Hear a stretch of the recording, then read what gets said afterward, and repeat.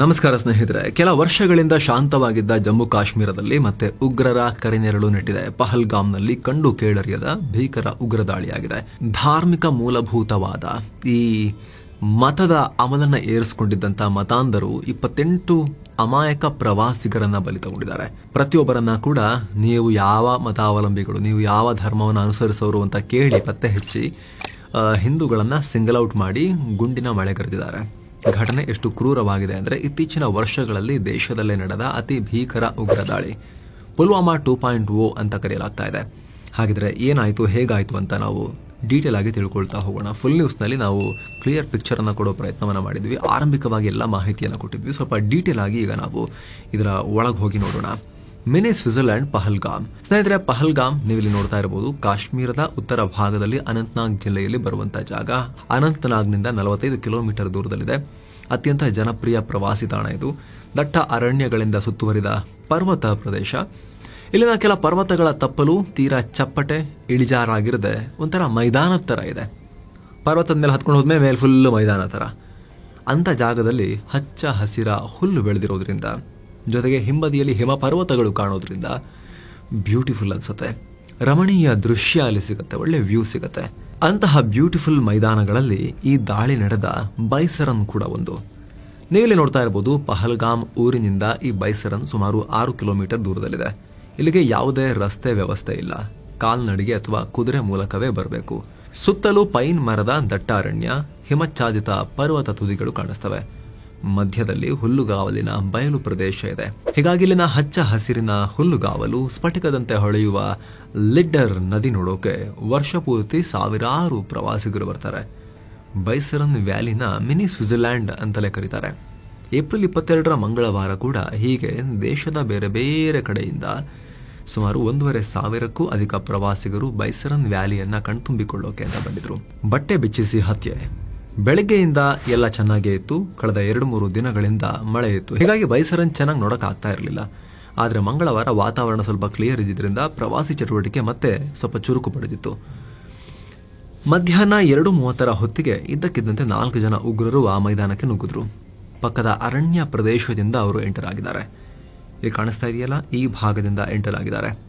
ಪ್ರತ್ಯಕ್ಷದರ್ಶಿಗಳ ಪ್ರಕಾರ ಇವರೆಲ್ಲ military uniform ರೀತಿ ಖಾಕಿ ಬಟ್ಟೆಯನ್ನು ಧರಿಸಿದ್ರು. ಕೈಯಲ್ಲಿ ಬಂದೂಕನ್ನ ಹಿಡಿದಿದ್ರು. ಹೀಗಾಗಿ ಬಹಳ ಜನ ಪೊಲೀಸರು ಇರಬೇಕು, ಭದ್ರತಾ ಸಿಬ್ಬಂದಿ ಇರಬೇಕು ಅಂತ ಅನ್ಕೊಂಡಿದ್ದಾರೆ. ಆದ್ರೆ ಇದ್ದಕ್ಕಿದ್ದಂತೆ ಈ ರಾಕ್ಷಸರು ಜನರ ಕಡೆ ಬಂದೂಕನ್ನ ತಿರುಗಿಸಿ ಮಹಿಳೆಯರು ಮತ್ತು ಮಕ್ಕಳನ್ನ ದೂರಕ್ಕೆ ಸರಿಯೋಕೆ ಹೇಳಿದ್ದಾರೆ. ನಂತರ ಒಬ್ಬೊಬ್ಬರದ್ದೇ ಪುರುಷರದ್ದು ಹೆಸರು, ಐಡಿ ಎಲ್ಲ ಕೇಳೋಕೆ ಶುರು ಮಾಡಿದ್ದಾರೆ. ಯಾಕಂದ್ರೆ ಮುಸ್ಲಿಮೇತರರನ್ನ ಒಂದ್ ಕಡೆ ಸಪರೇಟ್ ಮಾಡಿ ಅವ್ರನ್ನ ಮುಗಿಸೋ ಉದ್ದೇಶಕ್ಕಾಗಿ. ಇದಕ್ಕಾಗಿ ಕೆಲವೊಬ್ಬರದ್ದು ಐಡಿ ಕೇಳಿದ್ದಾರೆ. ಇನ್ನು ಕೆಲವರನ್ನ ಶ್ಲೋಕಗಳನ್ನ, ಈ ಕಲ್ಮಾಗಳನ್ನ ನೀವು ಪಠಿಸಿ ಅಂತ ಹೇಳಿದ್ದಾರೆ. ಇನ್ನು ಕೆಲವರಿಗೆ ಕನ್ಫರ್ಮ್ ಮಾಡ್ಕೊಳ್ಳೋಕೋಸ್ಕರ ಅವರ ಪ್ಯಾಂಟ್ ಅನ್ನ ಬಿಚ್ಚಿಸಿ ಕೂಡ ಚೆಕ್ ಮಾಡಿದ್ದಾರೆ. ಕೆಲವರದು ಅಲ್ಲಿ ದಾಳಿ ಬಳಿಕ ಬಿದ್ದಿದಂತ ದೇಹಗಳಲ್ಲಿ ಅವರ ದೇಹದ ಕೆಳಭಾಗದ ಬಟ್ಟೆ ಇರಲಿಲ್ಲ. ಅದರ ದೃಶ್ಯಗಳು ಕೂಡ ಎಮರ್ಜ್ ಆಗಿವೆ. ನಾವೆಲ್ಲ ತೋರ್ಸಕ್ ಹೋಗಲ್ಲ ನಿಮಗದನ್ನ. ಅದು ಮನಸ್ಸನ್ನ ಕಲುಕುವಂತಹ ದೃಶ್ಯಗಳು ಯಾವುದನ್ನು ಕೂಡ ನಿಮಗೆ ತೋರಿಸಲ್ಲ ಸ್ನೇಹಿತರೆ. ಘಟನೆಯ ಮಾಹಿತಿಯನ್ನಷ್ಟು ನಾವು ನಿಮಗೆ ನೀಡ್ತೀವಿ. ಬಯಲು ಪ್ರದೇಶ ಆಗಿದ್ರಿಂದ ಹೆಚ್ಚಿನ ಜನರಿಗೆ ತಪ್ಪಿಸ್ಕೊಳ್ಳೋಕ್ಕಾಗಿಲ್ಲ. ಹೀಗಾಗಿ ಬರೋಬ್ಬರಿ 28 ಜನ ಹತ್ಯೆಗೀಡಾಗಿದ್ದಾರೆ. 20ಕ್ಕೂ ಹೆಚ್ಚು ಜನ ಗಾಯಗೊಂಡಿದ್ದಾರೆ. ಹತ್ಯೆಗೀಡಾದವರಲ್ಲಿ ಕರ್ನಾಟಕ, ಕೇರಳ, ಮಹಾರಾಷ್ಟ್ರ, ಒಡಿಶಾ, ಗುಜರಾತ್ ಸೇರಿದಂತೆ ಇಡೀ ಭಾರತದಾದ್ಯಂತ ಯಾರೆಲ್ಲ ಪ್ರವಾಸಿಗರು ಹೋಗಿದ್ರು ಪ್ರಾಣ ಕಳ್ಕೊಂಡಿದ್ದಾರೆ. So message clear. ಭಾರತದಾದ್ಯಂತ ಬಂದಿದ್ದ ಪ್ರವಾಸಿಗರನ್ನ ಟಾರ್ಗೆಟ್ ಮಾಡಿ ಇಡೀ ಭಾರತಕ್ಕೆ ಸಂದೇಶ ರವಾನೆ ಮಾಡಬೇಕು. ಕಾಶ್ಮೀರದಲ್ಲಿ ಪ್ರವಾಸಿಗರಿಗೆ ಸೇಫ್ ಇಲ್ಲ, ಕಾಶ್ಮೀರಕ್ಕೆ ಪ್ರವಾಸಿಗರು ಬರಬಾರದು ಅನ್ನೋ ಮೆಸೇಜ್ ಅನ್ನ ಪಾಸ್ ಮಾಡಬೇಕು. ನಾರ್ಮಲ್ ಇಲ್ಲ, ಇದು ವಿವಾದಿತ ಜಾಗ, ಇದು ನಿಮಗೆ ಈಸಿ ಅಲ್ಲ, ಇದು ನಿಮಗೆ ಬಂದ್ಬಿಡ್ತು ಅಂತ ಅನ್ಕೋಬೇಡಿ ಅನ್ನೋ ಮೆಸೇಜ್ ಅನ್ನ ಪಾಸ್ ಮಾಡಬೇಕು ಅನ್ನೋದು ಉಗ್ರರ ಉದ್ದೇಶ ಇಲ್ಲಿ. ಸ್ನೇಹಿತರೆ, ಮುಂದುವರಿಯೋಕ್ಕಿಂತ ಮುಂಚೆ ಒಂದು ಇಂಪಾರ್ಟೆಂಟ್ ಅಪ್ಡೇಟ್. ಸ್ನೇಹಿತರೆ, ಇತ್ತೀಚೆಗೆ ಚಾಟ್ ಜಿಪಿಟಿಯ ಗಿಬ್ಲಿ ಅಥವಾ ಜಿಬ್ಲಿ ಸ್ಟೈಲ್ ಫೋಟೋಸ್ ವೈರಲ್ ಆಗಿದ್ದು ನೀವು ನೋಡಿರಬಹುದು. ಕೆಲವರು ತಮ್ಮ ಜಿಬ್ಲಿ ಸ್ಟೈಲ್ ಫೋಟೋ ಜನರೇಟ್ ಮಾಡೋ ಪ್ರಯತ್ನ ಕೂಡ ಮಾಡಿರಬಹುದು. ಆದರೆ ಸ್ನೇಹಿತರೆ, ಅವು ಕೇವಲ ಫೋಟೋಸ್ ಅಲ್ಲ, ಅವೇ ಫ್ಯೂಚರ್ ಹಾಗೂ ಫ್ಯೂಚರ್ ಆಪರ್ಚುನಿಟೀಸ್. ಯಾಕಂದ್ರೆ ಅವುಗಳನ್ನ ಕ್ರಿಯೇಟ್ ಮಾಡ್ತಿರೋದು ಯಾವುದೋ ಎಡಿಟಿಂಗ್ ಆಪ್ ಅಲ್ಲ, ಅದು ಜನರೇಟಿವ್ AI, ಒಂದು ಆರ್ಟಿಫಿಷಿಯಲ್ ಇಂಟೆಲಿಜೆನ್ಸ್. ಯಾವುದೇ ಹ್ಯೂಮನ್ ಕೂತ್ಕೊಂಡು ಮಾಡ್ತಾ ಇಲ್ಲ. ನಾವು ನಮ್ಮ ಫೋಟೋ ಹಾಕಿ ಟ್ರೆಂಡ್ ಫಾಲೋ ಮಾಡ್ತಾ ಇದ್ರೆ ಈ ಟ್ರೆಂಡ್ ಹುಟ್ಟು ಹಾಕದವರು ಅಮೆರಿಕದಲ್ಲಿ ಇದರಿಂದ ಹಣ ಜನರೇಟ್ ಮಾಡ್ತಿದ್ದಾರೆ. ಈಗ ಜಗತ್ತಲ್ಲಿ ಹೈಯೆಸ್ಟ್ ಪೇಯಿಂಗ್ ಜಾಬ್ಗಳು ಅಂದ್ರೆ ಈ ರೀತಿಯ AI ಮೇಲೆ ಕೆಲಸ ಮಾಡೋ ರೋಲ್ಗಳು. ಇಂಥ ಹೈ ಇನ್ಕಮ್ ಸ್ಕಿಲ್ಗಳ ಬಗ್ಗೆ ತಿಳಿಸುವ 3 ಗಂಟೆಗಳ AI ಕ್ರ್ಯಾಶ್ ಕೋರ್ಸ್ ಅನ್ನ ಗ್ರೋತ್ ಸ್ಕೂಲ್ ತಗೊಂಡ್ಬಂದಿದೆ. ಸಾಮಾನ್ಯವಾಗಿ ಇದು 15,000 ರೂಪಾಯಿ ಮೌಲ್ಯದ ಕೋರ್ಸ್. ಆದರೆ mastmaga.com ನ ಮೊದಲ 1,500 ವೀಕ್ಷಕರಿಗೆ ಫ್ರೀ ಇರುತ್ತೆ. ಅದಾದ್ಮೇಲೂ ಕೂಡ ಅಫೋರ್ಡಬಲ್ ಪ್ರೈಸಸ್ ನಲ್ಲಿ ಇರುತ್ತೆ. ಡಿಸ್ಕ್ರಿಪ್ಷನ್ ಹಾಗೂ ಪಿನ್ ಮಾಡಿರೋ ಕಾಮೆಂಟ್ ನಲ್ಲಿ ಲಿಂಕ್ ಇದೆ, ಅದರ ಮೇಲೆ ಕ್ಲಿಕ್ ಮಾಡೋ ಮೂಲಕ ನೀವು ಕೂಡ ಇದರ ಲಾಭವನ್ನು ಪಡಿಬಹುದು. Data analysis, personal branding, content creation, business strategy ಸೇರಿದ ಹಾಗೆ ಸಾಕಷ್ಟು ಕ್ಷೇತ್ರಗಳಲ್ಲಿ ಯೂಸ್ ಆಗಬಹುದಾದ ಇಂಪಾರ್ಟೆಂಟ್ AI ಸ್ಕಿಲ್ಸ್ ಅನ್ನು ಕಲಿಬಹುದು. ಡಿಸ್ಕ್ರಿಪ್ಷನ್ ಅಲ್ಲಿ ಪಿನ್ ಮಾಡಿರೋ ಕಾಮೆಂಟ್ ನಲ್ಲಿ ಲಿಂಕ್ ಇದೆ. ಆಸಕ್ತರು ಮಿಸ್ ಮಾಡದೆ ಚೆಕ್ ಮಾಡಿ. ಅವರ ವಾಟ್ಸ್ಆಪ್ ಕಮ್ಯುನಿಟಿಗೂ ಕೂಡ ನೀವು ಜಾಯ್ನ್ ಆಗಬಹುದು. ಈಗ ವರದಿಯಲ್ಲಿ ಮುಂದುವರಿಯೋಣ. ಜೊತೆಗೆ ನೇಪಾಳ ಮತ್ತು ಯುನೈಟೆಡ್ ಅರಬ್ ಎಮಿರೇಟ್ಸ್ ನ ಪ್ರಜೆಗಳು ಕೂಡ ಇದ್ರು ಅಂತ ಹೇಳಲಾಗ್ತಿದೆ. ಸೊ ಇಂಟರ್ನ್ಯಾಷನಲ್ ಕೂಡ ಮೆಸೇಜ್ ಪಾಸ್ ಆಗುತ್ತೆ. ಭಾರತ ಸರ್ಕಾರದ ಅಧಿಕಾರಿಗಳು ಕೂಡ ಇದ್ರು. ಒಬ್ರು ಬಿಹಾರ ಮೂಲದ intelligence bureau officer Manish Ranjan, ಮತ್ತೊಬ್ರು ಹರಿಯಾಣ ಮೂಲದ ನೌಕಾಧಿಕಾರಿ ಲೆಫ್ಟಿನೆಂಟ್ ವಿನಯ್ ನರ್ವಾಲ್. 26 ವರ್ಷದ ವಿನಯ್ 4 ದಿನಗಳ ಹಿಂದಷ್ಟೇ ಮದುವೆಯಾಗಿದ್ರು. 4 ದಿನಗಳ ಹಿಂದಷ್ಟೇ ಅವರು ಅಲ್ಲಿ ಬಿದ್ದಿರೋದು, ಅವ್ರ ದೇಹ, ಅವ್ರ ಪಕ್ಕದಲ್ಲಿ ಕುತ್ಕೊಂಡು ನವವಧು ಅವರ ಪತ್ನಿ ಒಂಥರ ಏನು ದಿಕ್ಕು ತೋಚಿದೆ, ಈ ಮುಂದೆ ಏನು ಮಾಡಬೇಕು ಅಂತ ಗೊತ್ತಾಗದೆ ಸುಮ್ಮನೆ ದಿಗ್ಭ್ರಾಂತರಾಗಿ ಲಾಸ್ಟ್ ಥರ ಅಲ್ಲಿ ಅವ್ರ ಪತ್ನಿ ಕೂತಿರೋದು. ಇಡೀ ದೇಶದಾದ್ಯಂತ ಜನ, ಪ್ರಪಂಚದಾದ್ಯಂತ ದಿಗ್ಭ್ರಮೆಗೆ ಒಳಗಾಗಿದ್ದಾರೆ. 3 ಕನ್ನಡಿಗರು ಬಲಿ. ಸ್ನೇಹಿತರೆ, ಈ ಸಮಯದಲ್ಲಿ ಜಮ್ಮು ಕಾಶ್ಮೀರಕ್ಕೆ ಒಟ್ಟು 40 ಜನ ಕನ್ನಡಿಗರು ಹೋಗಿದ್ರು. ಇದರಲ್ಲಿ ಉಗ್ರರ ಪೈಶಾಚಿಕ ಕೃತ್ಯಕ್ಕೆ 3 ಕನ್ನಡಿಗರ ಪ್ರಾಣ ಹೋಗಿದೆ. ಅವರು ಶಿವಮೊಗ್ಗದ ಮಂಜುನಾಥ್. ರಾಜಸ್ಥಾನಕ್ಕೆ ಹೋಗಬೇಕೆಂದವರು ತಮ್ಮ ಪತ್ನಿ ಪಲ್ಲವಿ ಜೊತೆಗೆ ಕಾಶ್ಮೀರ ಪ್ರವಾಸ ಕೈಗೊಂಡಿದ್ರು. ಉಗ್ರರು ತಮ್ಮ ಪತಿಯನ್ನ ಹತ್ಯೆ ಮಾಡಿದಾಗ ಪಲ್ಲವಿ, ನನ್ನನ್ನು ಯಾಕೆ ಬಿಟ್ರಿ, ನನ್ನನ್ನು ಮುಗಿಸಿ ಅಂತ ಕೇಳಿದ್ದಾರೆ. ಆಗ ಉಗ್ರರು, ಇಲ್ಲಿ ನಡೆದಿರೋದನ್ನ ಹೋಗಿ ನಿಮ್ಮ ಮೋದಿಗೆ ಹೇಳು ಅಂತ ಹೇಳಿದ್ರು. ಅದಕ್ಕೆ ನಿಮ್ಮನ್ನು ಬಿಡ್ತಾ ಇದ್ದೀವಿ ಅಂತ ಹೇಳಿದಾರಂತೆ. ಇಲ್ಲಿ ಕೇವಲ ಪಲ್ಲವಿನ ಮಾತ್ರ ಬಿಟ್ಟಿದ್ದಲ್ಲ, ಮಹಿಳೆಯರನ್ನ, ಮಕ್ಕಳನ್ನೆಲ್ಲ ಬಿಟ್ಟಿದ್ದಾರೆ. ಉದ್ದೇಶ ಏನು ಅಂತ ಹೇಳಿದ್ರೆ ಸ್ನೇಹಿತರೆ, ಇಲ್ಲಿ ಉಗ್ರರು ದೊಡ್ಡ ರಿಸ್ಕ್ ತಗೊಂಡಿದ್ದಾರೆ, ಗ್ಯಾಂಬಲ್ ಮಾಡಿದ್ದಾರೆ. ಯಾಕೆ ಅಂತ ಹೇಳಿದ್ರೆ ನಿಮಗೆ ಎಕ್ಸ್ಪ್ಲೇನ್ ಮಾಡಬೇಕು ಅಂದ್ರೆ, ಕಾಶ್ಮೀರದಲ್ಲಿ ಈ ಪ್ರತ್ಯೇಕತಾ ಚಟುವಟಿಕೆ ವಿಚಾರ ಬೇರೆ. ಅದಕ್ಕೆ ಕಾಶ್ಮೀರ ಜನತೆಯಲ್ಲೂ ಒಂದು ಲೆವೆಲ್ಗೆ ಸಾಫ್ಟ್ ಕಾರ್ನರ್ ಈ ಮುಂಚೆ ಇತ್ತು. ಇತ್ತೀಚೆಗೆ ಅವರು ಪೂರ್ತಿಯಾಗಿ ಭಾರತದೊಂದಿಗೆ ಇಂಟಿಗ್ರೇಟ್ ಆಗ್ತಾ ಇದ್ದಾರೆ. ಅಲ್ಲೆಲ್ಲ ವ್ಯಾಪಾರ ಚಟುವಟಿಕೆ ಚೆನ್ನಾಗಿ ನಡೀತಿದೆ, ಟೂರಿಸಂ ಎಲ್ಲ ಚೆನ್ನಾಗಿ ಆಗ್ತಾ ಇದೆ, ವೋಟಿಂಗ್ ಕೂಡ ಚೆನ್ನಾಗಿ ಆಗ್ತಾ ಇದೆ ಇತ್ತೀಚಿನ ವರ್ಷಗಳಲ್ಲಿ. ಬಟ್ ಒಂದು ಕಾಲದಿಂದಲೂ ಕೂಡ ಕೆಲವೊಂದಷ್ಟು ಸೆಕ್ಷನ್ ಆಫ್ ಪಾಪ್ಯುಲೇಷನ್ ಸೆಪರೇಟಿಸಂಗೆ ಸ್ವಲ್ಪ ಸಾಫ್ಟ್ ಕಾರ್ನರ್ ಹೊಂದಿದ್ರು. ಆದರೆ ಟೂರಿಸಂ ಮೇಲೆ ದಾಳಿ ಮಾಡೋಕ್ಕೆ ಅವರು ಸಪೋರ್ಟ್ ಮಾಡ್ತಿರ್ಲಿಲ್ಲ.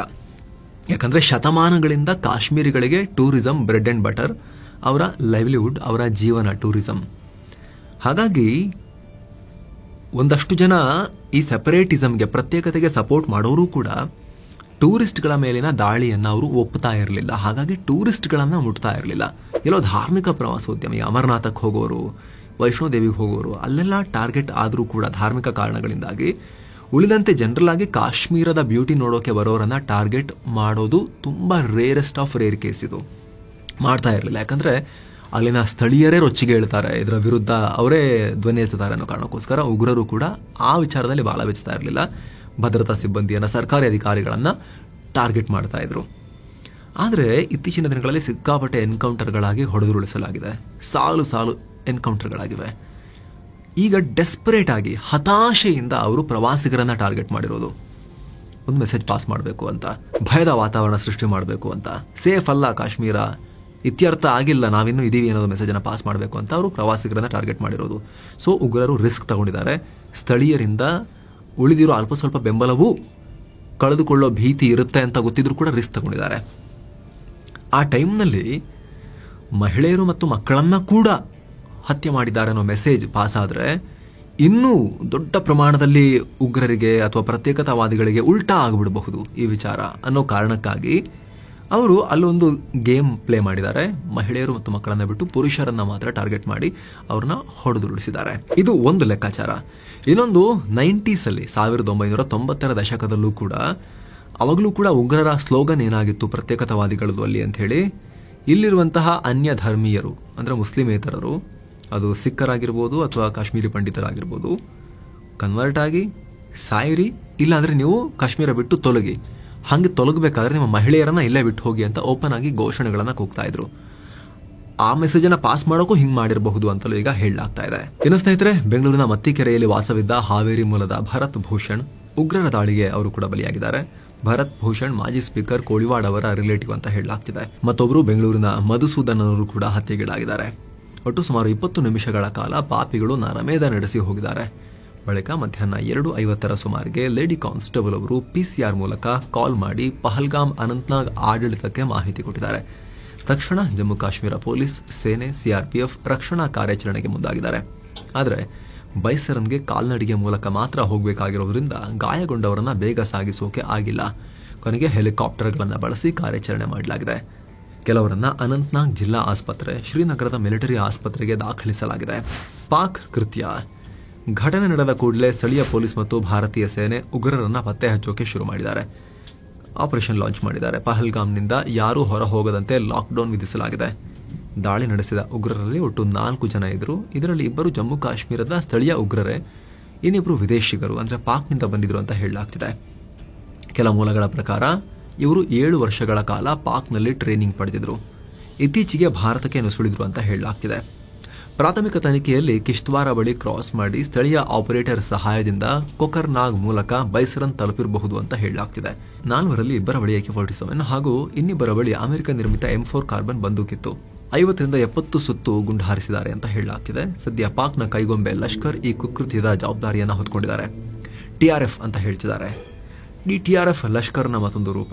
ಪಾಕ್ ತನ್ನ ನೆಲೆಯಲ್ಲಿರೋ ಉಗ್ರ ಗುಂಪುಗಳು ನೇರ ಹೊಣೆಯನ್ನ ಹೊತ್ಕೊಂಡ್ರೆ ಮತ್ತೆ ಎಲ್ಲಿ FATF ನಲ್ಲಿ ಅದರ ಫಿನಾನ್ಷಿಯಲ್ ಆಕ್ಷನ್ ಟಾಸ್ಕ್ ಫೋರ್ಸ್ ನಲ್ಲಿ ಕಪ್ಪು ಪಟ್ಟಿಗೆ ಸೇರಿ ಭಿಕ್ಷೆ ಸಿಗಲ್ಲ ಆಮೇಲೆ ಅಂತ ಹೇಳಿ, ಈ IMF ವರ್ಲ್ಡ್ ಬ್ಯಾಂಕ್ ಇಂದ ದುಡ್ಡು ಸಿಗಲ್ಲ ಅಂತ ಹೇಳಿ TRF ಅನ್ನ ಹೊಸ ಫ್ರಂಟ್ ಅನ್ನ ಫ್ಲೋಟ್ ಮಾಡಿ ಅವ್ರ ಮೂಲಕ ಮಾಡಿಸ್ತಾ ಇದೆ. ಮತ್ತೊಂದು ಕಡೆ TRF ಭಾರತ ಸರ್ಕಾರ 85,000 ಜನ ಹೊರಗಿನವರನ್ನ ಕರ್ಕೊಂಡ್ಬಂದು ಕಾಶ್ಮೀರದಲ್ಲಿ ವಾಸಿಸೋ ಹಾಗೆ ಮಾಡ್ತಾ ಇತ್ತು. ಕಾಶ್ಮೀರದ ಡೆಮೋಗ್ರಫಿಯಲ್ಲಿ ಪಾಪ್ಯುಲೇಷನ್ನ ಪಿಕ್ಚರ್ನಲ್ಲಿ ಬದಲಾವಣೆ ಮಾಡೋಕೆ ಪ್ರಯತ್ನ ಪಡ್ತಾ ಇತ್ತು. ಹೀಗಾಗಿ ನಾವು ದಾಳಿ ಮಾಡಿದ್ದೀವಿ ಅಂತ ಹೇಳಿದೆ. ಆ ರೀತಿ ಹೇಳ್ತಾ ಇದ್ದಾರೆ. ಆದರೆ ಸ್ನೇಹಿತರೆ, ಇವೆಲ್ಲ ಪಾಕ್ನ ಕೀಲಿಗೊಂಬೆಗಳು. ಪಾಕ್ ಕೀ ಕೊಟ್ಟಾಗ ಆಡ್ತಿರೋ ಮಾತುಗಳು ಅಷ್ಟೇ. ಪಾಕ್ ಸೇನೆ ಹತಾಶ ಯತ್ನ. ಸ್ನೇಹಿತರೆ, ನಾನು ಅವಾಗಲೇ ನಿಮಗೆ ಹೇಳಿದ ಹಾಗೆ ಪ್ರವಾಸಿಗರನ್ನ ಟಾರ್ಗೆಟ್ ಮಾಡಿರುವುದೇ ದೊಡ್ಡ ವಿಚಾರ ಇಲ್ಲಿ ಸಲ. ನಾಗರಿಕರನ್ನ, ಪ್ರವಾಸಿಗರನ್ನ ಟಾರ್ಗೆಟ್ ಮಾಡಿಕೊಂಡು ನಿರಾಯುಧರಾಗಿದ್ದ ಜನರನ್ನ ಈ ರಾಕ್ಷಸರು, ಈ ಹೇಡಿಗಳು, ಕೈಲಾಗದಿರೋರು ಅವ್ರನ್ನ ಟಾರ್ಗೆಟ್ ಮಾಡ್ಕೊಂಡಿರೋದು ಅದು ದೊಡ್ಡ ವಿಚಾರ ಇಲ್ಲಿ. ನಿಮ್ಗೆ ಅವಾಗಲೇ ಎಕ್ಸ್ಪ್ಲೇನ್ ಮಾಡಿದೆ ಯಾವೆಲ್ಲ ಕಾರಣಗಳಿಗೆ ಅವರು ಈ ರೀತಿ ನಾಗರಿಕರನ್ನ, ಪ್ರವಾಸಿಗರನ್ನ ಟಾರ್ಗೆಟ್ ಮಾಡಿರ್ಬೋದು ಅಂತ. ಸ್ನೇಹಿತರೆ, ಆರ್ಟಿಕಲ್ 370 ರದ್ದು ಮಾಡಿದ ನಂತರ ಜಮ್ಮು ಕಾಶ್ಮೀರ ಬಹುತೇಕ ನಾರ್ಮಲ್ ಸ್ಥಿತಿಗೆ ಬರ್ತಾ ಇತ್ತು. ವ್ಯಾಪಾರ ವಹಿವಾಟು ಶುರುವಾಗಿ ಸ್ಥಳೀಯ ಎಕಾನಮಿ ಇಂಪ್ರೂವ್ ಆಗ್ತಾ ಇತ್ತು. ಟೂರಿಸಂ ದೊಡ್ಡ ಕಾರಣ ಆಗಿತ್ತು.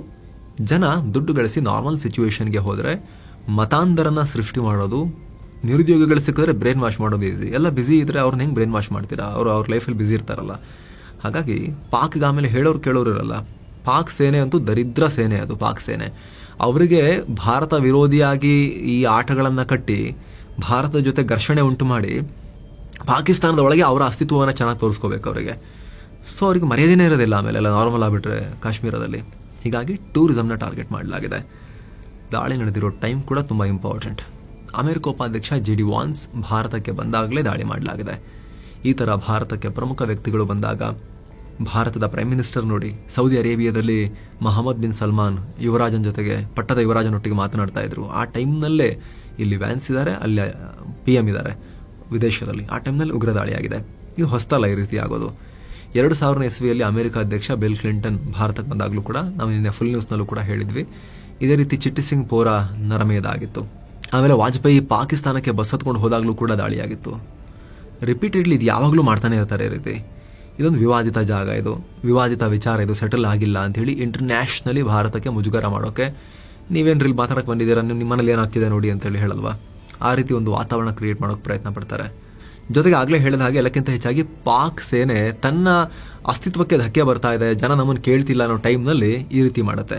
ಏ ಜೋ ದೇಶದ್ ಗರ್ದಿ ಹೇ ಇಸ್ಕೆ ಪೀಚೆ ವರ್ದಿ ಹೇ ಅನ್ನೋ ಘೋಷಣೆಗಳು ಪಾಕಿಸ್ತಾನದಲ್ಲಿ ಯಾವಾಗೆಲ್ಲ ಹೆಚ್ಚಾಗುತ್ತೋ, ಅಂದ್ರೆ ಈ ಉಗ್ರ ಚಟುವಟಿಕೆ ಏನಿದೆ ಅದರ ಹಿಂದೆ ಯೂನಿಫಾರ್ಮ್ ಇದೆ ಅನ್ನೋ ಘೋಷಣೆ ಪಾಕಿಸ್ತಾನದಲ್ಲಿ ಯಾವಾಗಲೆಲ್ಲ ಮೊಳಗುತ್ತೋ ಅವಾಗೆಲ್ಲ ಪಾಕಿಸ್ತಾನ ಸೇನೆ ಇಂಥ ಆಟ ಆಡುತ್ತೆ. ಈ ಹಿಂದೆ ಮುಷರಫ್ ಪಾಕ್ ಅಧ್ಯಕ್ಷರಾದಾಗ ಆತನ ಮೇಲೆ 2 ಬಾರಿ ಹತ್ಯೆ ಯತ್ನ ನಡೆದಿತ್ತು. ಇದರ ಹಿಂದೆ ಪಾಕ್ ಸೇನೆನೇ ಇತ್ತು ಅಂತ ಹೇಳಲಾಗಿತ್ತು. ಆಗ ಪಾಕ್ ಸೇನೆಯ ಪಾಪ್ಯುಲಾರಿಟಿ ಕುಸಿಯೋಕೆ ಶುರುವಾಗಿತ್ತು. ತಕ್ಷಣ ಮುಂಬೈನಲ್ಲಿ ಭೀಕರ ಉಗ್ರ ದಾಳಿಯನ್ನು ಮಾಡಿದ್ರು. ಇಂಟ್ರೆಸ್ಟಿಂಗ್ ಅಂದರೆ ಆಗ ಭಾರತ ಯಾವುದೇ ಪ್ರತಿಕ್ರಿಯೆಯನ್ನು ಕೊಟ್ಟಿರಲಿಲ್ಲ. ಅಂತ ಯೋಚನೆ ಕೂಡ ಅಂದಿನ ಸರ್ಕಾರಕ್ಕೆ ಇರಲಿಲ್ಲ. ಹೀಗಿದ್ರೂ ಕೂಡ ಪಾಕ್ ಸೇನೆ ತನ್ನ ಫೈಟರ್ ಜೆಟ್ಗಳನ್ನು ಪಾಕಿಸ್ತಾನ ಪಾಪ್ಯುಲೇಷನ್ ಮೇಲೆನೆ, ಅಲ್ಲಿನ ಜನರ ಮೇಲೆ ಹತ್ತಿರದಲ್ಲಿ ಹಿಂಗೆ ಹಾರಿಸ್ಬಿಟ್ಟು ಒಂಥರ ಸೌಂಡ್ ಮಾಡಿ, ಫುಲ್ ಫೈಟರ್ ಜೆಟ್ಗಳ ಸೌಂಡನ್ನು ಜನರಿಗೆ ಕೇಳಿಸ್ಬಿಟ್ಟು ಒಂಥರ ಯುದ್ಧದ ವಾತಾವರಣ ನಡೀತಾ ಇದೆ, ಹಿಂಗೆ ನಮ್ಮ ಸೇನೆ ತಯಾರಿ ನಡೆಸ್ತಾ ಇದೆ ಭಾರತದ ವಿರುದ್ಧ ಫೈಟ್ ಮಾಡೋಕ್ಕೆ, ಭಯಭಕ್ತಿ ಬರಬೇಕು ಜನರಿಗೆ, ಆ ರೀತಿ ಅಟ್ಮಾಸ್ಫಿಯರ್ ಕ್ರಿಯೇಟ್ ಮಾಡೋಕೆ ಪ್ರಯತ್ನ ಪಟ್ಟಿತ್ತು. ಈಗಲೂ ಕೂಡ ಅಷ್ಟೇ, ಇತ್ತೀಚಿನ ಕೆಲ ವರ್ಷಗಳಲ್ಲಿ ಸೇನೆಯ ವರ್ಚಸ್ಸು ಕುಸಿದಿತ್ತು. ಇಮ್ರಾನ್ ಖಾನ್ ರಂತವರು ನೇರವಾಗಿ ಸೇನೆಯನ್ನೇ ಉಗ್ರರು ಅಂತ ಕರೆಯೋಕೆ ಶುರು ಮಾಡಿದ್ರು. ಹೀಗಾಗಿ ಈ ದಾಳಿ ಅವರೇ ಮಾಡಿಸಿದ್ದಾರೆ. ಇತ್ತೀಚೆಗೆ ಅಸೀಂ ಮುನೀರ್, ಪಾಕಿಸ್ತಾನದಲ್ಲಿ ಅಸೀಂ ಮುನೀರ್ ಅವ್ರನ್ನ ಮುಲ್ಲಾ ಜನರಲ್ ಅಂತಲೇ ಫೇಮಸ್. ಅವರು ಯಾರು ನಾವು ಕರಿತಿರೋದಲ್ಲ, ಪಾಕಿಸ್ತಾನದಲ್ಲಿ ಆ ರೀತಿ ಫೇಮಸ್ ಅವರು. ನೀವು ಸರ್ಚ್ ಮಾಡಿ ನೋಡಿ, ಅಷ್ಟು ಧಾರ್ಮಿಕ ಮತಾಂಧ ಸೇನಾ ಜನರಲ್ ಇವರು. 4 ಸ್ಟಾರ್ ಜನರಲ್ ಯಾವ ರೀತಿ ಮಾತಾಡಬೇಕು ಆ ರೀತಿ ಮಾತಾಡಲ್ಲ ಇವರು. 4 ಸ್ಟಾರ್ ಜನರಲ್ ಏನು, ಡಿಫೆನ್ಸು, ಮಿಲಿಟರಿ, ಲಾಜಿಸ್ಟಿಕ್ಸ್ ಅದ್ರ ಬಗ್ಗೆ ಮಾತಾಡ್ತಾರಲ್ವಾ. ಇವ್ರು ಹಂಗಲ್ಲ. ಇವರು ಧರ್ಮ, ರೀತಿ ನೀತಿ, ನಾವು ಬದುಕೋ ರೀತಿ ಬೇರೆ, ನಮ್ದು ಬೇರೆ ಬೇರೆ ಧರ್ಮ, ನಾವು ಒಂದಾಗ್ಲಿಕ್ಕೆ ಸಾಧ್ಯನೇ ಇಲ್ಲ ಅಂತೆಲ್ಲ ಮೊನ್ನೆ ಅನಿವಾಸಿ ಪಾಕಿಸ್ತಾನಿಯರನ್ನು ಉದ್ದೇಶಿಸಿ ಭಾಷಣ ಮಾಡಿ ಚಪ್ಪಾಳೆ ಗಿಟ್ಟಿಸ್ಕೊಂಡಿದ್ದಾರೆ. ಯಾವ ಕಾರಣಕ್ಕೆ ನಾವು ಒಪ್ಪಲ್ಲ, ಕಾಶ್ಮೀರ ನಮ್ಮ ಕುತ್ತಿಗೆಯ ನರ ಇದ್ದ ಹಾಗೆ, ದೊಡ್ಡದೊಂದು ವೇನ್ ಇದ್ದ ಹಾಗೆ, ಅದು ರಕ್ತನಾಳ ಇದ್ದ ಹಾಗೆ, ನಮ್ಮ ಕುತ್ತಿಗೆದದು ಕಂಠನಾಳ ಇದ್ದ ಹಾಗೆ, ಅದು ಹೋದರೆ ಅದನ್ನೇ ಕಟ್ ಮಾಡ್ಕೊಂಡಂಗೆ ಅಂತೆಲ್ಲ ಮಾತಾಡಿದರು. ನಾವು ಯಾವ ಕಾರಣಕ್ಕೂ ಬಿಡೋದಿಲ್ಲ ಅಂತ ಹೇಳಿದರು. ಅದಾದ ತಕ್ಷಣ ಈ ದಾಳಿಯಾಗಿದೆ. ಇವಾಗಲೂ ಕೂಡ ಅಷ್ಟೇ ಸ್ನೇಹಿತರೆ, ಈ ಥರ ದಾಳಿ ಮಾಡಿಕೊಂಡು ಸೀದಾ ಕರಾಚಿಲಿದ್ದಂತಹ ಅವರ ಮಿಲಿಟರಿ ಆ್ಯಸೆಟ್ಸ್ನ, ವಿಮಾನ ಸೇರಿದಂತೆ ಮಿಲಿಟರಿ ಆ್ಯಸೆಟ್ಸ್ನ ಕಾಶ್ಮೀರದ ಬಾರ್ಡರ್ ಏರಿಯಾಸ್ಗೆ ಮೂವ್ ಮಾಡಿ ಆಗಿದೆ ಅವರು ಅನ್ನೋ ರಿಪೋರ್ಟ್ಸ್ ಕೂಡ ಬಂದಿವೆ. ನೀವು ಸ್ಕ್ರೀನ್ ಮೇಲೆ ನೋಡ್ತಾ ಇದ್ದೀರಾ. ರಕ್ಷಣಾ ವೈಫಲ್ಯ. ಕೆಲ ದಿನಗಳ ಹಿಂದಷ್ಟೇ ಇಂಟೆಲಿಜೆನ್ಸ್ ಏಜೆನ್ಸಿಗಳು ದಾಳಿ ಬಗ್ಗೆ ಅಲರ್ಟ್ ಕೊಟ್ಟಿದ್ವು. ಉಗ್ರ ಗುಂಪೊಂದು ನಾನ್ ಲೋಕಲ್ಸ್ ಮೇಲೆ ದಾಳಿ ಮಾಡೋಕೆ ಪ್ಲಾನ್ ಮಾಡ್ತಾ ಇದ್ದಾರೆ, ಸುಧಾರಿತ ಸ್ಫೋಟಕಗಳನ್ನೆಲ್ಲ ಬಳಸಬಹುದು ಅಂತ ಹೇಳಿದ್ರು. ಅಲ್ಲದೆ ಪಹಲ್ಗಾಮ್ ಅತ್ಯಂತ ಸೂಕ್ಷ್ಮ ಜಾಗ. ಕಳೆದ ವರ್ಷ ಇಲ್ಲಿ ಉಗ್ರ ದಾಳಿ ನಡೆದಿತ್ತು. ಜೈಪುರದ ದಂಪತಿಗಳಿಬ್ಬರ ಮೇಲೆ ಉಗ್ರರು ಗುಂಡು ಹಾರಿಸಿದ್ರು. ಇದಕ್ಕೂ ಹೆಚ್ಚಾಗಿ 2,000 ಜನ ಅಲ್ಲಿ ಸೇರ್ತಾರೆ ಯಾವಾಗಲೂ ಕೂಡ, ಪ್ರತಿದಿನವೂ. ಅದು ಪ್ರವಾಸಿಗರು. ಅಂಥ ಜಾಗದಲ್ಲಿ ಭದ್ರತೆ ಯಾಕಿರಲಿಲ್ಲ ಅನ್ನೋದೊಂದು ತೀವ್ರ ಆಕ್ರೋಶಕ್ಕೆ ಕಾರಣ ಆಗ್ತಾ ಇದೆ. ಈಗ ಬಾರ್ಡರ್ ಏರಿಯಾಸಲ್ಲಿ, ಈ ಕಾಂಬ್ಯಾಟ್ ಝೋನ್ಸಲ್ಲಿ ಅಲ್ಲೆಲ್ಲ ಮಿಲಿಟರಿಯವರು ಕಾವಲು ಕಾಯ್ತಾರೆ. ಈ ರೀತಿ ಇಂಟೀರಿಯರ್ಸಲ್ಲಿ ಈ ಸಿವಿಲಿಯನ್ಸ್ನ ಮ್ಯಾನೇಜ್ ಮಾಡೋಕೆ ಜಮ್ಮು ಕಾಶ್ಮೀರ ಪೊಲೀಸರನ್ನು ಹಾಕ್ತಾರೆ. ಇದು ತಜ್ಞರು ಕೂಡ ಅದನ್ನೇ ಹೇಳ್ತಿದ್ದಾರೆ. SOP ಅಂತ, ಸ್ಟ್ಯಾಂಡರ್ಡ್ ಆಪರೇಟಿಂಗ್ ಪ್ರೊಸೀಜರ್ ಇದು ಅಂತ. ಅದರಲ್ಲೂ ಕೂಡ ವಿದೇಶಿ ಅತಿಥಿಗಳು ಬಂದಾಗಲೆಲ್ಲ ಇನ್ನೂ ಸ್ವಲ್ಪ ಜಾಸ್ತಿನೇ ಸಿಬ್ಬಂದಿಯನ್ನು ಹಾಕಿ ಇಂಥ ಜಾಗಗಳಿಗೆ ಭದ್ರತೆ ಕೊಡಬೇಕಾಗಿತ್ತು ಅಂತ. ಆದರೂ ಯಾಕೆ ಆಗ್ತಾ ಇಲ್ಲ ಅಂತ. ಎಲ್ಲಿ ಜಮ್ಮು ಕಾಶ್ಮೀರ ಪೊಲೀಸರ ಜವಾಬ್ದಾರಿ ಅಂತ ಹೇಳೋ ಟೈಮ್ನಲ್ಲಿ ಜಮ್ಮು ಕಾಶ್ಮೀರದ ಒಮರ್ ಅಬ್ದುಲ್ಲಾ ಸರ್ಕಾರದ್ದು ಅಂತ ಹೇಳಕ್ ಬರೋದಿಲ್ಲ. ಯಾಕಂದ್ರೆ ಇವಾಗ ಸದ್ಯಕ್ಕೆ ಪೂರ್ಣ ರಾಜ್ಯ ಅಲ್ಲ, ಅದು ಕೇಂದ್ರಾಡಳಿತ ಪ್ರದೇಶ ಜಮ್ಮು ಕಾಶ್ಮೀರ. ಅಲ್ಲಿನ ಗೃಹ ಇಲಾಖೆ, ಅಲ್ಲಿನ ಪೊಲೀಸ್ ನೇರವಾಗಿ ಕೇಂದ್ರ ಸರ್ಕಾರದ ಅಧೀನದಲ್ಲಿ ಬರುತ್ತೆ. ಕೇಂದ್ರ ಗೃಹ ಇಲಾಖೆ ಅಮಿತ್ ಶಾ ಅವರ ಮಿನಿಸ್ಟ್ರಿಗೇನೆ ರಿಪೋರ್ಟ್ ಮಾಡ್ಕೊಳ್ಳೋದು. ಲೆಫ್ಟಿನೆಂಟ್ ಗವರ್ನರ್ ಮೂಲಕ ಜಮ್ಮು ಕಾಶ್ಮೀರದ ಪೊಲೀಸನ್ನ ಕಂಟ್ರೋಲ್ ಮಾಡ್ತಿರೋದು ಮೋದಿ ಸರ್ಕಾರವೇ. ಮಿನಿಸ್ಟ್ರಿ ಯಾರು ಅಂದರೆ ಅಮಿತ್ ಶಾ ಅವರೇ. ಹೀಗಾಗಿ ಅವರ ರೆಸ್ಪಾನ್ಸಿಬಿಲಿಟಿ ಆಗುತ್ತೆ ಇದು. ಈಗ ಓಕೆ, ದೊಡ್ಡ ಜಾಗ ಇರುತ್ತೆ ಕಾಶ್ಮೀರದಲ್ಲಿ, ಎಲ್ಲ ಬೆಟ್ಟ ಗುಡ್ಡಗಳು ಪ್ರವಾಸಿ ತಾಣಗಳೇ ಸರಿ. ಆದರೆ ಪಹಲ್ಗಾಮ್ನ ಈ ಜಾಗ ಇದೆಯಲ್ಲ, ಪ್ರತಿದಿನವೂ 1,500 to 2,000 ಜನ, ಅದು ಕೂಡ ದೇಶದ ಮೂಲೆ ಮೂಲೆಯಿಂದ, ವಿದೇಶಗಳಿಂದಲೂ ಬರೋ ಜಾಗ ಆಗಿತ್ತು. ಇಲ್ಲಿ ಸೆಕ್ಯೂರಿಟಿ ಇರಲಿಲ್ವಾ ಅನ್ನೋ ಪ್ರಶ್ನೆ ಕಾಡ್ತಾ ಇದೆ. ಜೊತೆಗೆ ಕೆಲ ತಜ್ಞರು ಏನು ಹೇಳಿದ್ರು ಅಂತ ಹೇಳಿದ್ರೆ, ಸೆಕ್ಯೂರಿಟಿ ಈ ವಿಶಾಲ ಬೆಟ್ಟ ಪ್ರದೇಶದಲ್ಲಿ, ಎಂಟ್ರೆನ್ಸ್ ಜಾಗದಲ್ಲಿ ಅಲ್ಲೆಲ್ಲ ಇದ್ರೂ ಕೂಡ ಇದು ಕಡಿದಾದ ಬೆಟ್ಟಗಳಿಗೆಲ್ಲ ಕನೆಕ್ಟ್ ಆಗಿರೋ ಜಾಗ ಆಗಿರೋದ್ರಿಂದ ಉಗ್ರರಿಗೆ, ಬೆಟ್ಟ ಗುಡ್ಡಗಳಲ್ಲಿ ತರಬೇತಿ ಪಡೆದಿರೋ ಉಗ್ರರಿಗೆ ಅವ್ರಿಗೆ ಎಲ್ಲಿಂದ ಬಂದು ಎಲ್ಲಿಂದ ಹೋಗ್ಬೇಕು ಅನ್ನೋದು ಗೊತ್ತಿರುತ್ತೆ ಅಂತಲೂ ಹೇಳಿದ್ರು. ಆದರೂ ಕೂಡ ಸ್ನೇಹಿತರೆ, ಘರ್ಷಣೆ ಆಗೋ ಟೈಮ್ನಲ್ಲಿ, ಮೇಲೆ ಶೂಟೌಟ್ ಆಗೋ ಟೈಮ್ನಲ್ಲಿ ಆ ಬೆಟ್ಟದ ಮೇಲ್ಗಡೆ ಒಂದು ಕುದುರೆ ಮೇಲೋ ಅಥವಾ ಬೈ ವಾಕೋ ಒಂದಷ್ಟು ಭದ್ರತಾ ಸಿಬ್ಬಂದಿ ಯಾಕೆ ಓಡಾಡ್ತಿರ್ಲಿಲ್ಲ ಅನ್ನೋ ಪ್ರಶ್ನೆಯಲ್ಲಿ ಕಾಡ್ತಾ ಇದೆ. ಇದು ಸೆಕ್ಯೂರಿಟಿ ಲ್ಯಾಬ್ಸ್. ಹೌದು, ಸಾಮಾನ್ಯವಾಗಿ ಎಲ್ಲ ಘಟನೆಗಳು ಸೆಕ್ಯೂರಿಟಿ ಲ್ಯಾಬ್ಸ್ ಆದ್ಮೇಲೆ ಆಗೋದು. ಘಟನೆ ಆದ್ಮೇಲೆ ಸೆಕ್ಯೂರಿಟಿ ಲ್ಯಾಬ್ಸ್ ಅಂತ ಅನ್ಸೋದು, ಇಂಟೆಲಿಜೆನ್ಸ್ ಫೇಲ್ಯೂರ್ ಅಂತಾನೆ ಅನ್ಸೋದು. ಇಲ್ಲೂ ಕೂಡ ಹಾಗೆ ಅನಿಸ್ತಾ ಇದೆ. ಹಾಗಂತ ಇಲ್ಲೇನು ಫೇಲ್ಯೂರೇ ಇಲ್ಲ, ಎಲ್ಲ ದಾಳಿಗಳಾದ್ಮೇಲೆ ನಿಮಗೆ ಹಿಂಗೆ ಅನ್ಸೋದು, ಅದು ಓಕೆ ಫೇಲ್ಯೂರ್ ಆಗಿದೆ ಅಂತ ಹೇಳಿ. ಈ ಥರದ ಇಂಟೆಲಿಜೆನ್ಸ್ ಡೈಲಿ ಬರ್ತಾ ಇರುತ್ತೆ. ಏನೇ ಸಮಜಾಯಿಷಿ ಕೊಟ್ಟರೂ ಕೂಡ ಇಲ್ಲಿ ಜಸ್ಟಿಫೈ ಮಾಡೋಕ್ಕಾಗಲ್ಲ. ಯಾಕಂದರೆ ಪ್ರಮುಖ ಪ್ರವಾಸಿ ತಾಣ, ಯಾವುದೋ ನಿರ್ಜನ ಪ್ರದೇಶಕ್ಕೆ ಪ್ರವಾಸಿಗರು ಇನ್ಫಾರ್ಮ್ ಮಾಡದೆ ಅವರೇ ಹೋಗಿ ರಿಸ್ಕ್ ತಗೊಂಡಿದ್ರೆ ದಟ್ ಈಸ್ ಡಿಫ್ರೆಂಟ್. ಮೋದಿ ಸರ್ಕಾರದವರು, ಅಮಿತ್ ಶಾ ಇವರೆಲ್ಲರೂ ಕೂಡ ಏನು ಹೇಳ್ತಾರೆ ಹೇಳಿ, ದೇಶದಾದ್ಯಂತ ಜನರಿಗೆ ಪ್ರವಾಸ ಅಷ್ಟು ಇಂಪ್ರೂವ್ ಆಗಿದೆ ಕಾಶ್ಮೀರಕ್ಕೆ, ಎಷ್ಟು ಟೂರಿಸ್ಟ್ಗಳು ವರ್ಷ ಬರ್ತಾ ಇದ್ದಾರೆ. ಆರ್ಟಿಕಲ್ 370 ಮುಂಚೆ ಇಷ್ಟಿದ್ರು, ಇವಾಗ ಇಷ್ಟಿದ್ದಾರೆ ಅಂತ ನೀವು ಮಾರ್ಕೆಟ್ ಮಾಡಿದ್ಮೇಲೆ ಜನ ಬಂದೇ ಬರ್ತಾರಲ್ವಾ. ಅವರು ತುಂಬ ಜನ ಬರೋ ಜಾಗದಲ್ಲಿ ಸೆಕ್ಯೂರಿಟಿ ಇಲ್ಲ ಅಂದ್ರೆ ಏನರ್ಥ? ನೀವು ಡ್ರೋನ್ ಹಾರಿಸ್ತಾ ಇರಬೇಕು, ಏನಾಗ್ತಿದೆ ಅಂತ ನೋಡ್ತಿರ್ಬೇಕು. ಕುದುರೆಗಳನ್ನ ಕೊಟ್ಟು ಕಳಿಸಿ, ನಮ್ಮ ಸೈನಿಕರನ್ನ, ಭದ್ರತಾ ಪಡೆಯವರನ್ನ, ಈ ಪೊಲೀಸರನ್ನ ಕಳಿಸಿ ಶಸ್ತ್ರಾಸ್ತ್ರ ಕೊಟ್ಟು ರಕ್ಷಣೆ ಯಾರು ಕೊಡ್ತಾರೆ ಮತ್ತೆ? ಇಲ್ಲ ಅಂದ್ರೆ ನಮ್ಮ ದೇಶದಲ್ಲಿ ಜನರಿಗೆ ಬಂದೂಕಿನ ಲೈಸೆನ್ಸ್ ಕೊಟ್ಬಿಡಿ. ಅಟ್ಲೀಸ್ಟ್ ಅಷ್ಟು ಜನದಲ್ಲಿ ಒಂದು 10 ಜನ ಹತ್ರ ಏನಾದ್ರು ಬಂದೂಕಿದ್ರೆ ಏನಾರು ಮಾಡ್ತಿದ್ರ ಆ ಉಗ್ರರಿಗೆ? ಒಳ್ಳೆ ಕೈಲಿ ಆಗ್ದಿರೋರ್ ತರ ಪ್ರಾಣ ಕಳ್ಕೊಳ್ಬೇಕಲ್ಲ ಸ್ವಾಮಿ ನಾವು ಈ ಉಗ್ರರ ಕೈಲಿ. ಏನು ಮಾಡೋಕ್ಕಾಗಲ್ಲ, ಒಂದು ಪ್ರತಿರೋಧನೆ ಕೊಡೋಕೆ ಅವಕಾಶ ಇಲ್ಲ ಅಂತ ಹೇಳಿದ್ರೆ ಅಟ್ಲೀಸ್ಟ್ ಕೊಟ್ಬಿಡಿ. ಈ ರೀತಿ ಅಟ್ಲೀಸ್ಟ್ ಸ್ವಲ್ಪ ರಿಸ್ಕಿ ಅನ್ಸೋ ಕಡೆ ಹೋಗ್ಬೇಕಾದ್ರೂ ಕೂಡ ಹಿಡ್ಕೊಂಡು ಹೋಗ್ತೀವಿ ನಾವು ಬಂದೂಕುಗಳನ್ನ. ದೇಶದ ಜನರಿಗೆ ಬಂದೂಕನ್ನ ಖರೀದಿ ಮಾಡೋಕ್ಕೆ ಲೈಸೆನ್ಸ್ ಕೊಟ್ಬಿಡಿ, ಅಮೆರಿಕದಲ್ಲಿ ಕೊಟ್ಟಂಗೆ. ಅದನ್ನೂ ಆತಂಕ ಇವರಿಗೆ, ಓಕೆ ಎಲ್ಲಿ ಆಮೇಲೆ ದಂಗೆಗಳೆಲ್ಲ ಆದಾಗ ಅದನ್ನು ಯೂಸ್ ಮಾಡ್ತಾರೋ, ನಾಗರಿಕ ದಂಗೆಗಳನ್ನೆಲ್ಲ ಬಳಸ್ಬಿಡ್ತಾರೋ ಅಂತ. ಇಲ್ಲಾಂದ್ರೆ ನೀವು ರಕ್ಷಣೆ ಕೊಡಿ, ಇಲ್ಲಾಂದ್ರೆ ಬಹಳ ಕಷ್ಟ ಆಗುತ್ತೆ. ಈ ದೇಶದಲ್ಲಿ ಮುಂದೆ ಹೋಗ್ತಾ ಹೋಗ್ತಾ ಬದುಕೋದೇ ಬಹಳ ಕಷ್ಟ ಆಗ್ಬಿಡುತ್ತೆ ಈ ರೀತಿ ಆದರೆ. ಥ್ಯಾಂಕ್ ಯು ಸೋ ಮಚ್ ಸ್ನೇಹಿತರೆ. ಕಡೆಗಾಗಿ ಒಂದು ವಿಚಾರ ಸ್ನೇಹಿತರೆ, ನಿಮಗೆ AI ಜಗತ್ತಲ್ವ ಇವಾಗ, ಎಲ್ಲ AI ಕಡೆ ಮುಖ ಮಾಡ್ತಿದ್ದಾರೆ. ಸೊ ಇಂಥ ಟೈಮ್ನಲ್ಲಿ ಒಂದಷ್ಟು AI ಸ್ಕಿಲ್ಸನ್ನು ಕಲಿತು ನಿಮಗೆ ಉದ್ಯೋಗ, ಫ್ರೆಷರ್ಸ್ ಆದರೆ ಉದ್ಯೋಗ ಪಡೆಯುವ ಅವಕಾಶ ಜಾಸ್ತಿ ಮಾಡ್ಕೊಳ್ಳೋಕ್ಕೆ, ಎಕ್ಸ್ಟ್ರಾ ಸ್ಕಿಲ್ ಸೆಟ್ಸ್ನೊಂದಿಗೆ ಇಂಟರ್ವ್ಯೂ ಟೆಸ್ಟನ್ನು ಅಟೆಂಡ್ ಮಾಡೋಕ್ಕೆ, ಹಾಗೂ ನೀವು ಆಲ್ರೆಡಿ ಎಕ್ಸ್ಪೀರಿಯನ್ಸ್ಡ್ ಆಗಿದ್ರು ಕೂಡ ಯಾವುದೇ ಕ್ಷೇತ್ರದಲ್ಲಿದ್ದರೂ ಕೂಡ ಎಫಿಷಿಯನ್ಸಿಯನ್ನು ಜಾಸ್ತಿ ಮಾಡ್ಕೊಳ್ಳೋಕೆ, ನಿಮ್ಮ ಪ್ರೊಫೈಲನ್ನು ಸ್ಟ್ರಾಂಗ್ ಮಾಡ್ಕೊಳ್ಳೋಕೆ, ಇರೋ ಕೆಲಸದಲ್ಲೇ ಪ್ರಮೋಷನ್ ಮತ್ತು ಸ್ಯಾಲರಿ ಹೈಕ್ಗೆ ಅನುಕೂಲ ಆಗೋ ರೀತಿ ನೋಡ್ಕೊಳ್ಳೋಕೆ ನೀವು ಕೂಡ AI ಸ್ಕಿಲ್ಸನ್ನು ಕಲಿಬಹುದು. ಡಿಸ್ಕ್ರಿಪ್ಷನಲ್ಲಿ ಪಿನ್ ಮಾಡಿರೋ ಕಾಮೆಂಟ್ನಲ್ಲಿ ನಾವು ಗ್ರೋತ್ ಸ್ಕೂಲ್ನ ಲಿಂಕನ್ನು ಕೊಟ್ಟಿರ್ತೀವಿ. mastmaga.comನ ಮೊದಲ 1,500 ವೀಕ್ಷಕರಿಗೆ ಫ್ರೀ ಇರುತ್ತೆ. ಅದಾದಮೇಲೆ ಅಫೋರ್ಡೆಬಲ್ ಪ್ರೈಸಸ್ನಲ್ಲೇ ಈ AI ವರ್ಕ್ಶಾಪ್ ಸಿಗುತ್ತೆ. ಡಿಸ್ಕ್ರಿಪ್ಷನಲ್ಲಿ ಪಿನ್ ಮಾಡಿರೋ ಕಾಮೆಂಟ್ನಲ್ಲಿ ಕ್ಲಿಕ್ ಮಾಡೋ ಮೂಲಕ ನೀವು ಇದನ್ನು ಅಟೆಂಡ್ ಮಾಡಬಹುದು. ಮತ್ತೆ ಭೇಟಿ ಆಗ್ತಿರೋಣ. ನಮಸ್ತೆ.